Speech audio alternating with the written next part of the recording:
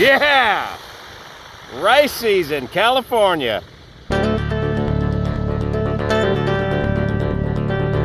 Is he gonna snake in here? He wants to say hi to the great. Oh yeah! Yeah, man! North by Northwest. Yeah! That was awesome! Great shot.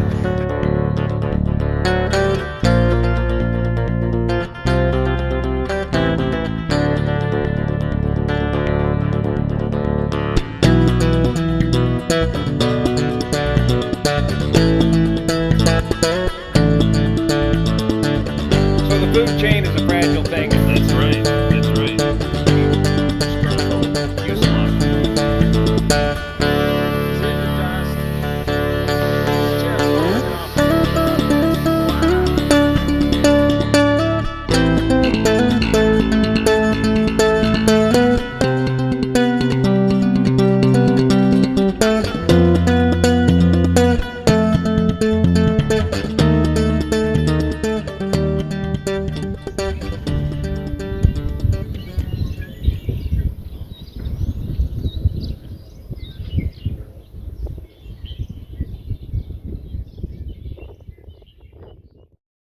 So the food chain is a fragile thing here, as we're finding out during this COVID-19, and you never know what's going to bite you in the ass next. And the next thing has been a shortage of nitrogen, specifically Anhydrous, which is a component of aqua ammonia, which is our resource for nitrogen fertilizer. So back in the studio, I'll show you what the problem is here. But on Matt's end of the deal, it's screwing up the timing of everything here for rice season. The last couple of springs you've had wet springs, that delayed your spring planting, and that is an impact because of harvest. It pushes your harvest into the fall, where you could again be affected by weather and lose some of your harvest. This time it's a hang up with the nitrogen, and the process here in the fields is prep the dirt, Till the soil, dry it out, inject the fertilizer, the aqua ammonia that we started talking about, by tractor into the soil, then flood the fields, and then seed the fields. Correct. And so with this fertilizer shortage currently, that's delaying that whole process. Right. We can't seed the fields essentially until it's been fertilized. So you've got about half of your fields prepped and ready to roll, or already seeded, and you've got half of your fields still yet to seed. Right. Half the fields are either seeded or waiting to be flood irrigated to be seeded, so they're ready. They're off the books, as we say. But then the other half of our acreage, the other half of our 1,200 acres that we farm, is prepped. The soil is prepped. It's ready for the fertilizer. It's been tilled, right? It's been dried out, and now it's just sitting there, and it has been sitting there for a week already, and it's the end of April now. So we're still waiting for fertilizer, and they don't say that they're going to get back up to full production until the first week into May. And you got this narrow window. You got to get this stuff planted by the end of May. Right, aside from it being kind of a hassle during harvest, because we're going to have a crop that is ready, then this huge window of nothing, and then a second half of the crop that is then going to be ready later, a couple weeks later. And as you mentioned earlier, that's running later into fall. If it rains on our rice, we can't harvest it. It also has the potential of reducing the quality of the rice. We get paid on quality as well as yield, how much rice we're harvesting. So it could affect us dramatically in harvest time, yeah. Because otherwise we've got a perfect spring season going on right now. Weather-wise, perfect. However, supply, inputs, major kerfuffle. And fuel prices are down, so that's a bonus. That's a bonus. And the other impact is that this could jam the schedule into a very tight window where you got to get all the ag operators, the flying services, to seed your fields all at once, which they can't do because of the limited number of planes and pilots. Exactly. Anyone who's providing something, helping, supporting us, whether it's the ditch tenders with the irrigation district delivering flood irrigation water, whether it's the pilots flying on seed, they are all going to be very busy at the same time once the fertilizer comes back, once the supply chain returns. The reason why is because many farmers, they work at their own pace, right? Well, then when farmers are working and then hit a roadblock, this lack of fertilizer, they've all worked and met at the same point in their production. Then they're going to be calling for water, calling for seed, calling for inputs all at the same time. That is going to slowly roll those necessary components out to the farmer. Stressing that system out. Excellent. So stay tuned to Matt Sligar, Rice Farming TV. So the fertilizer that Matt needs and hundreds of other farmers throughout the state of California is supplied by CalAmco, California Ammonia Company, based in Stockton, California, located at the end of the Stockton Deep Water Channel and well inland from the Bay Area and the Pacific Ocean. The Stockton Deep Water Channel is regularly dredged to a depth of 35 feet to allow vessels as heavy as 60,000 tons through the channel. However, the 2019 dredging season was cut short for reasons unknown to me at this time, placing some additional weight limitations on the use of the Stockton Deep Water Channel. One of the key ingredients to this fertilizer is anhydrous ammonia shipped by large ships via the Stockton Deep Water Channel all the way from Trinidad and Tobago. Now, in a recent letter from Dan Stone, the president and CEO of CalAmco, explains that normally the shipload of anhydrous ammonia stops in Fertilizer, Mexico, and offloads about half of its load there, lightening the ship enough to make it through the Stockton Deep Water Channel, where it will continue its voyage. But because of operational concerns at Fertilizer, Mexico, which I can only assume is due to COVID-19, the ship was unable to unload any of its shipment. So a whole nother ship with the correct load is being moved from Trinidad Tobago area all the way up to Stockton, critically delaying the shipment of anhydrous ammonia during the critical planting season. Meanwhile, CalAmco has been able to ration out or allocate just enough fertilizer to keep farmers planting part-time until the full shipment arrives on or about May 8th. Sizing up the field. There's the spotter right out there. He's checking out the wind and everything else and figuring out how he's going to attack this field. Right here. We got Come on over this way, JB. Come on.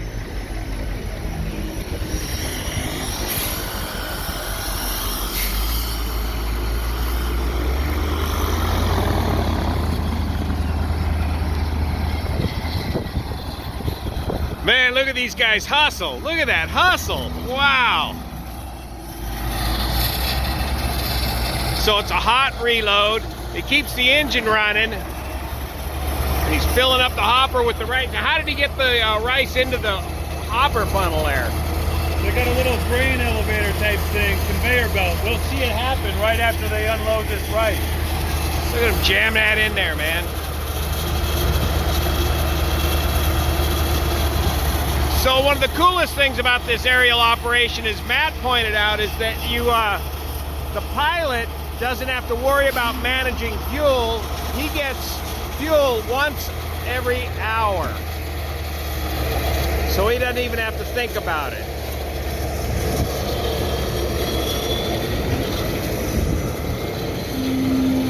Watch your six, baby. Watch your six. I got my hat on. Hold on to your hat, Oh, he's gonna blast us. Woohoo!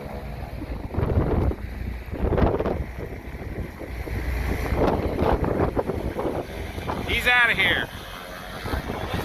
So let's check out how they load up that hopper. Well, let's watch this takeoff first. Oh, take off? Yeah, this is the important part. Fully loaded. He's taking a bit of runway. Look at that. Quite a bit of runway. Holy smokes. That's a lot of runway for an ag cat. Right to the end of the runway. Damn. Okay, here goes. It's getting loaded up here.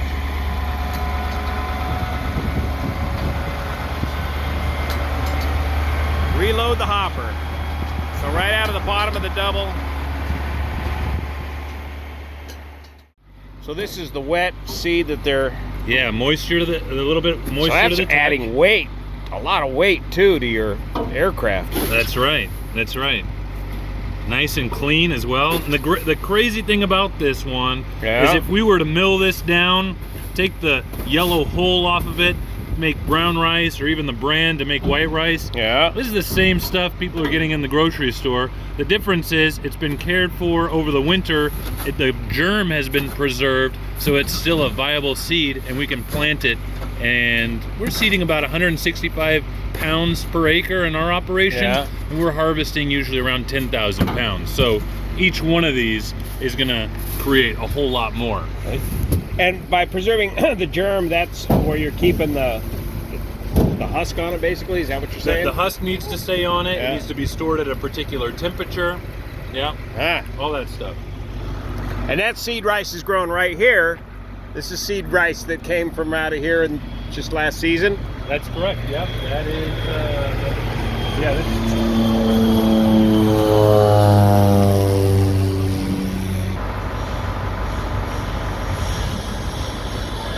Great visibility out of those. Look how tall that tail wheel is.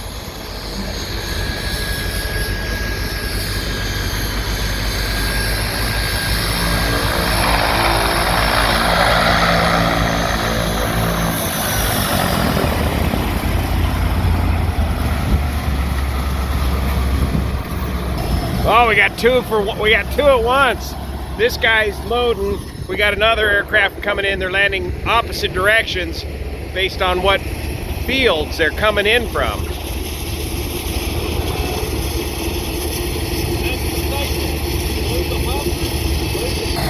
So how's it? Oh, they got another one all ready to go over here? Yeah. Okay. Pilot's going. Good. Keep them moving. Move it, move it, move it. Look at that hustle. He's getting fuel now too. Okay, I get it. So that's the fuel tank on the back of the hopper truck there. And of course the rice is just in the funnel. Meanwhile, he gets his windshield cleaned off, get all the bugs smashed off of there. Now check out this, let's check out this takeoff again with 2,800 pounds of wet rice seed on board the AgCat PT6A powered.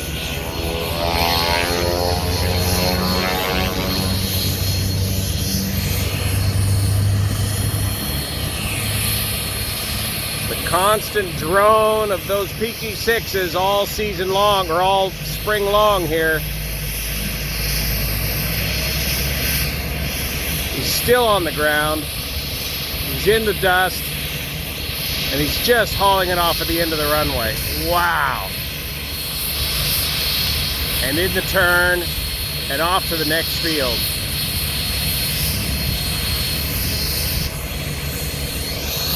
A lot of hard work, hand flying. All day long. This is Karen. This is where all the scheduling, this is the brains behind the operation. And I'm going to show you how this works. You get the order in and you put it on these sheets here and it shows you the field and does it show you the quantity also, Karen? Yeah, when it's delivered, we have the quantity put on the map.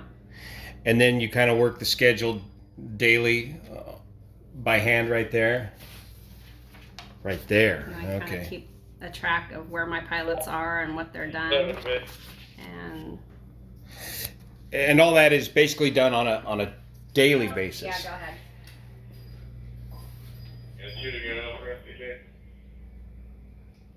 Okay, Sean, and then you guys are going to head over to the Pritchard airstrip to do that fertilizer for Valley Farms.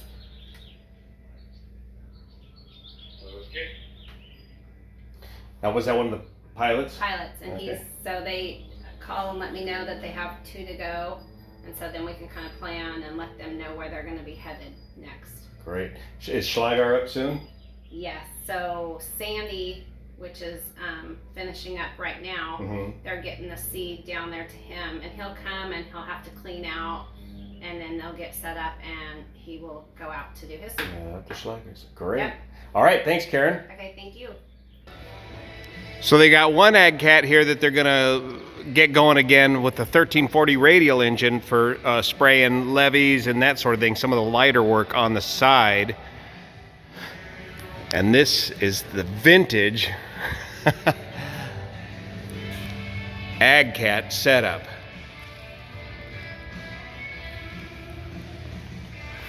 So this windmill drives your hopper and then your spray bar.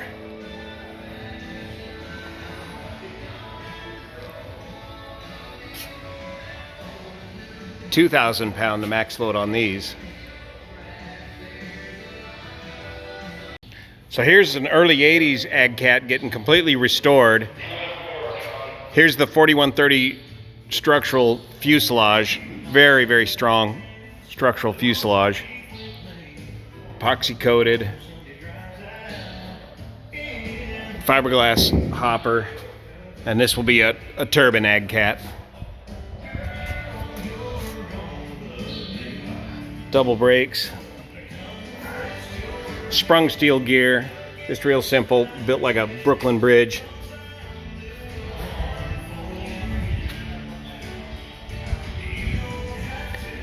Schweitzer Grumman AgCat,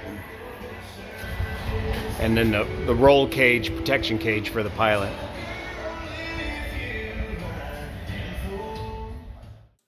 Meanwhile, back at the ranch, where Matt records Rice Farming TV,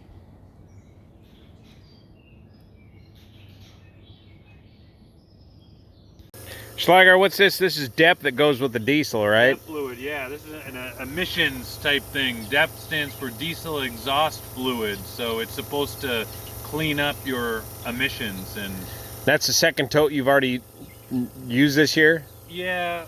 It's, well, I mean, the tote was left over from harvest. It was probably only about half full, so we've used, this is about a quarter used. So. But the point was that with the price of fuel, there's Matt's fuel storage capacity right there, and you were able to take advantage of these low fuel prices and buy some cheap fuel? Yeah. Typically, the oil companies or the fuel companies, they'll jack up the prices in the spring because they know the farmers are using so much equipment running on so much diesel. So high demand, price goes up. But this year, fortunately, we were able to get some a lot cheaper with the whole economic situation due to the COVID virus. So you got to break on the fuel. Got to break on the fuel at least. Hey, do you know, will your aerial application bill be any less, more, or the same this year? Don't know yet. Maybe a little bit cheaper because of the diesel. The fuel? They're not running diesel surcharge. Well, they're running jet fuel, but yeah. Yeah, but you know, every year the diesel surcharge fluctuates a bit based on what they can get their fuel for. Now it's finally Matt's turn to get some rice seed. Sizing up the field. There's the spotter right out there. He's checking out the wind and everything else and figuring out how he's going to attack this field. Here he comes. All right. Come on, JB, here he comes. Over here, JB, over here. You're going to get rained on. All right. Look at that rice seed coming right out of there.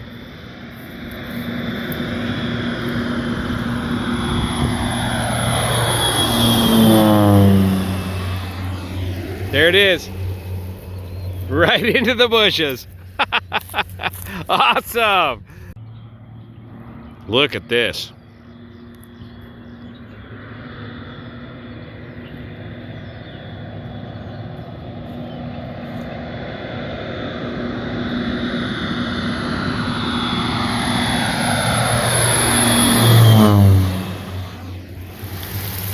It's raining.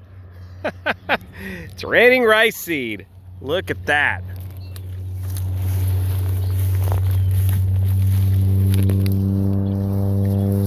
So what do you think, Matt? You like that kind of spread right there? Yeah, usually he'll do another border pass right along, but I think he got right up to the edge of the field. Before he shut her down, huh? Yeah, actually what we'll do is we'll drive around the field and we will just look to see if we can see seed on the road. Someone might assume, hey, they got seed on the road, that's a bad thing, it should be in the field. Well, if it's on the road, that means it's in the field. Good. So that's a good thing. Good thing. And our seeding rate, that 165 pounds an acre, that is in mind that we want them to have a little bit extra play with. So go ahead, fly the side of the road, hit the side of the road. We got plenty of seed. We want a good thick stand out there, so we don't mind seeing a little bit on the road. And again, the process for this was prepare the field first. Let's watch this.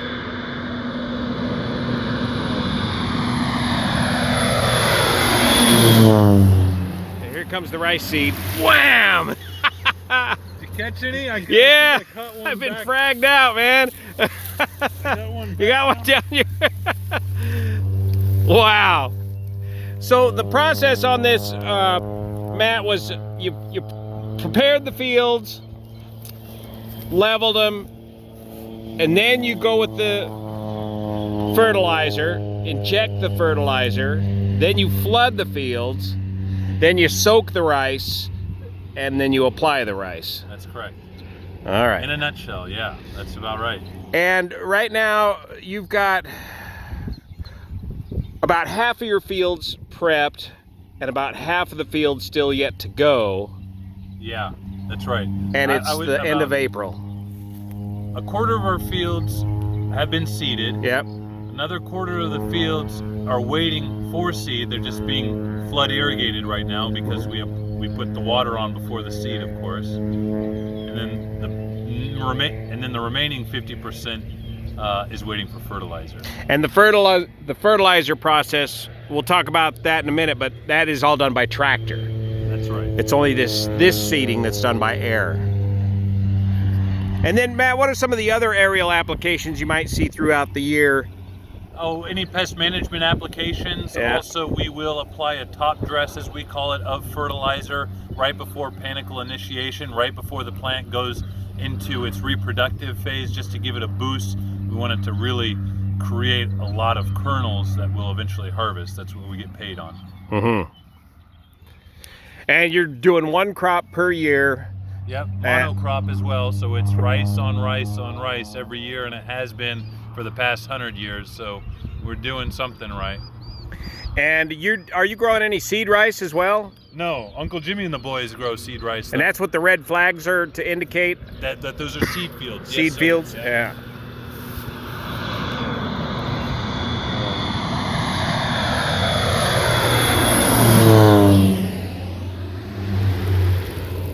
Right onto the road. Perfect. Doesn't that just give you a good feeling? Yeah, that's it, man.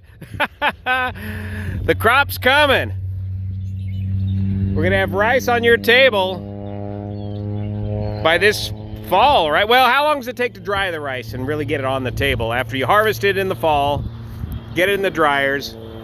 Oh, I'm sure a mill could grab the rice soon and put it through the mill and get it out there, depending on the size of the mill and where they're distributing to, but pretty quick. fast, within a week to a month. So this will be on our table by Thanksgiving, potentially. By Thanksgiving, potentially, that's right. Yeah, wow. Especially these earlier planted fields, that's right. And so you're doing 160 pounds per acre application of seed, and your yield is about how much per acre? 10,000 pounds. 10,000 pounds. Wow. I wonder how much he's making up for Kentucky windage on these passes. It's kind of a bit of a tailwind here.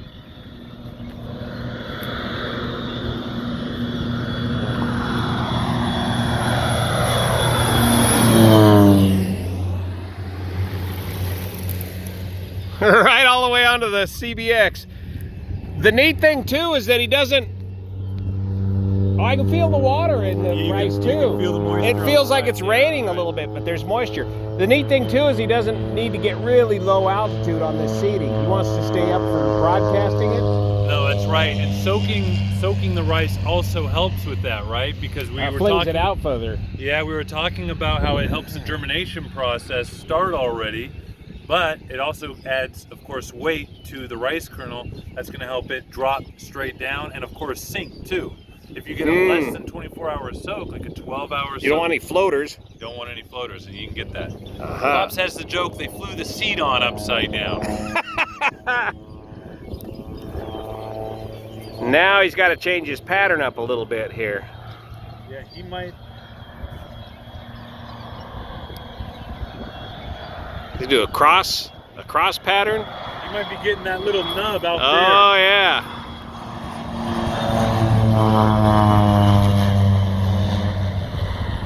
Yep, stuffing it in the corner there. there. Yeah. Now he's clears out. dealing with a little bit of a wind coming up here, and Matt, that wind limit was a 15 knot wind limit for seeding to keep the seed where you want it. You just wouldn't want seed blowing everywhere. Essentially. Yeah. Yep. We got. Even with that water weight, if the wind gets up there, Yep. it's gonna blow it everywhere. Yep.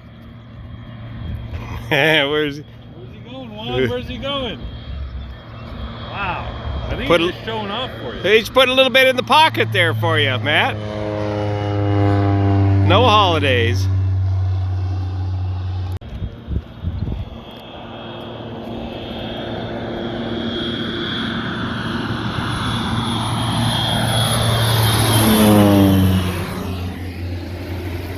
Now he's got that edge nice. Nice. Yes.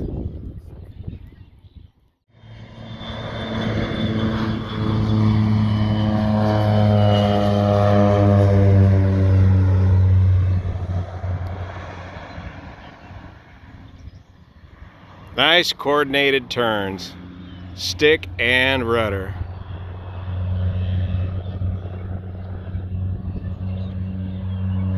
One of the last bastions of hand-flown aviation.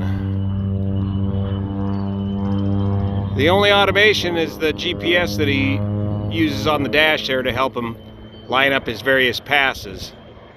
But now he's just kind of filling in here and there.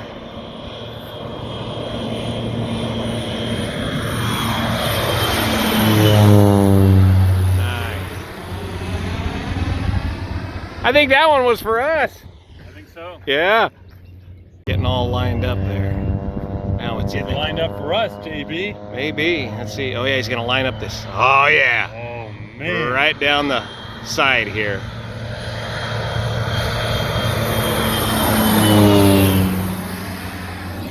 There it is. Perfect. Just following the contour of that road just perfectly.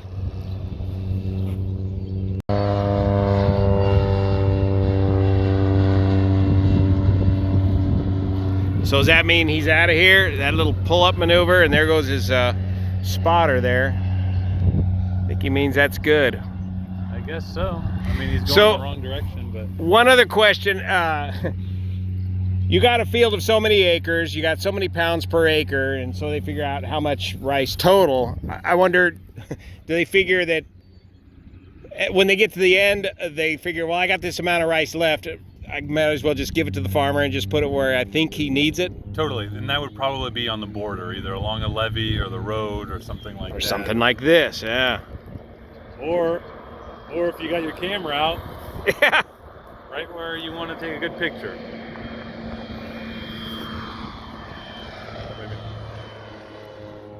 So that was Sandy the pilot, and this is the spotter. What's your first name? Robert. Robert the spotter. And Robert, as spotter, you're just kind of critiquing. The days of the flaggers are long gone, right? Correct. So the aircraft is equipped with GPS guidance system, and the spotter is used in situations where the field is oddly shaped to help ensure that the pilot gets to the edges, and also in areas of criticality, such as areas where certain rice can't mix with others on field edges and things like that, to make sure that the rice gets to the edge without getting into the adjacent field. Gotcha. And so you got your little handheld radio there, and you kind of help talk them through that. Right. So they generally the pilot, whenever they have a spotter, will kind of be a little conservative with their edges until the spotter can look at them and tell them what they need to do with regard to getting a little closer, or they got it or whatever, and let them know. So they can come back and get it. And what about windage? As a pilot myself, I'm always wondering, are these guys counting for the winds, or are they just flying a straight GPS course and let the wind be what it may? Generally, they'll lay out the course based on what the wind is doing, and then from there on, the guidance system will equally space them, and each pass, unless the wind changes dramatically during the job, will end up in about roughly the same place. So how does he figure that wind input into the GPS? Well, there's not really a wind input. It's basically experience and knowing the wind condition, wind direction, and initially setting the airplane into the right place to initiate the GPS's hard points. So if in this case, like right now, we have a virtual crosswind, almost a direct crosswind to what he's doing.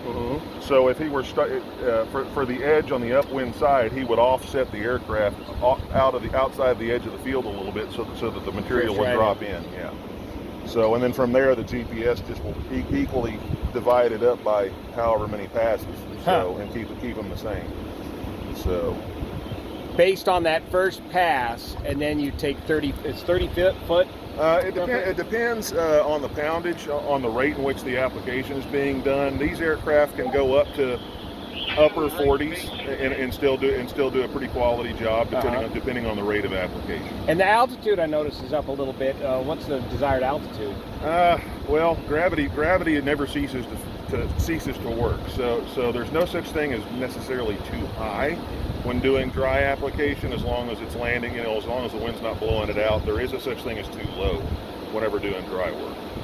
So the aircraft has to be up high enough that the material can broadcast out correctly through the spreader and reach its full effective swath before it impacts the turtle. Two things about ag flying. One is they operate under Part 137, and two, Robert, you said that the company makes its entire nut in a 6 to 8 weeks. Yeah. 6 to 8 week period is when you make or break the operation for the entire year for ag flying. And I assume, is that 6 or 8 weeks, like right now, or is it spread out throughout the year? It's mostly the month of May. Wow. So you gotta be here and ready to work.